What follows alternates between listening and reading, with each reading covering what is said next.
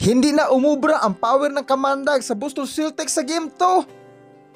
Gusto nilang kunin ang game to pero bigo sila dahil nakahanda na ang mandirigmang uhaw at gutom sa inaasang kampyonato sa pamumuno ni Stephen Curry, ang the greatest shooter of all time. Ito na ang ating game to. Hatid natin sa mga chismosong Amerikano. Ay nako, dumadako na tayo sa first quarter. Kayod kalabaw na si Brown.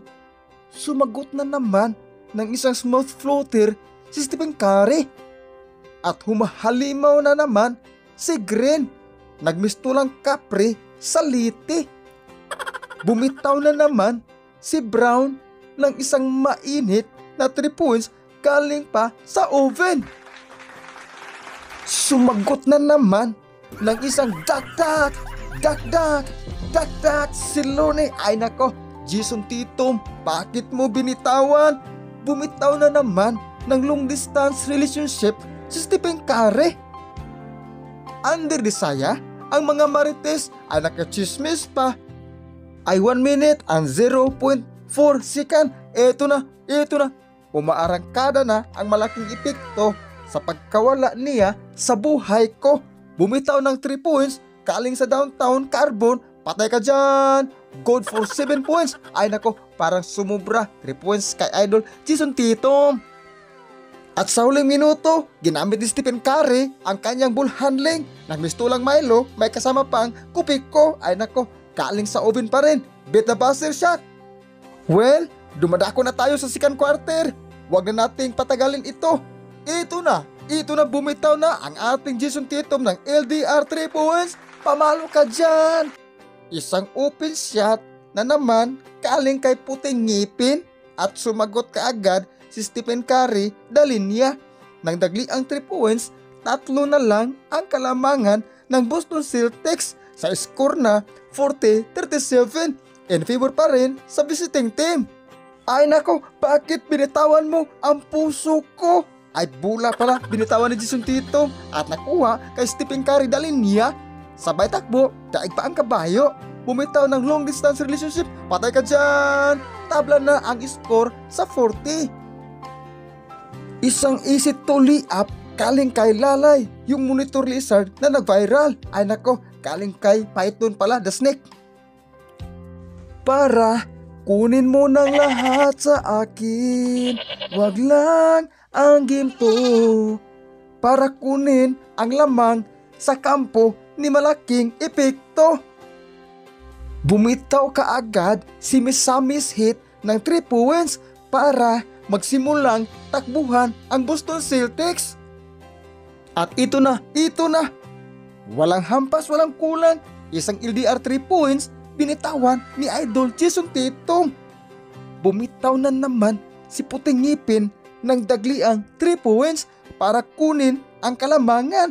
Under 17 seconds, 50-50 na mabuhay ang game to sa kupunan ng Boston Celtics. Ay nako, tabla pala ang score ni Diso. Sablay ang tira ni Stephen Curry. Buti na lang na i-follow ni Misamis hit.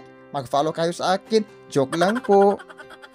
Well, dumadako na tayo sa third quarter. Unang pukol, galing kay Kupiko Brown. At sumagot na naman si Klay Potek ng isang 3 points upang standing ovation na ang lahat ng mga fans na palamuti sa mukhang maasim. Isang LDR na naman ang binitawan ni Stephen Curry dalin niya upang umaamoy na ang litsong baboy na galing pa sa desierto ng Sahara. Ay nako, sa kupunan ng Warriors pala. Under the saya, umaarangkada na si Horford, Ranger Raptors. Ay nako, 7 minutes and 22 seconds pala. Easy to shot. At isang 3 points binitawan ni Williams na ipasok. Isa na naman kay malaking epekto ang pagkawala niya sa buhay ko. At dikit na ang score pero umuulan ng 3 points sa kupunan ng Warriors. Sa huling segundo, hawak na ni Full again ang bola. Parang full na full kayo sa kanya kahit hindi naman kayo magjuwa. Ay nako, bumitaw ng malapit sa half court at naipasok. Standing ovation na ang lahat. Matanda na lang ang nakaupo dahil sumakit na ang kanilang tuhod. Dumadako na tayo sa pandesal galing sa oven. dahil malapit na matalo ang Boston Celtics. Ay nako, final in last quarter na pala. Unang pukol galing naman kay falling in love with you. Ay nako, tambak sarado na ang Boston Celtics mula ulo hanggang paa. Under Risaya, si Anthony Edwards ay nagpapahinga na. Ay nako, 7 minutes and 59 seconds, sumagot na naman ang Boston Celtics ng easy 2 points. Pero hindi kinaya ang paghahalimaw ni Stephen Curry na linya. Isang fadeaway kaling kay Klipotik. Lamang na ng isang tulinada ang Pure Gold State Warriors sa score na 68-95 in favor o Boston Celtics kung balik na rin. At sa wakas, paldo ang Celtics. At sa wakas, hindi na inabutan ang Golden State Warriors dahil nakasakay na sila ng series. Samantala, ang Boston Celtics nakasakay ng kalabaw.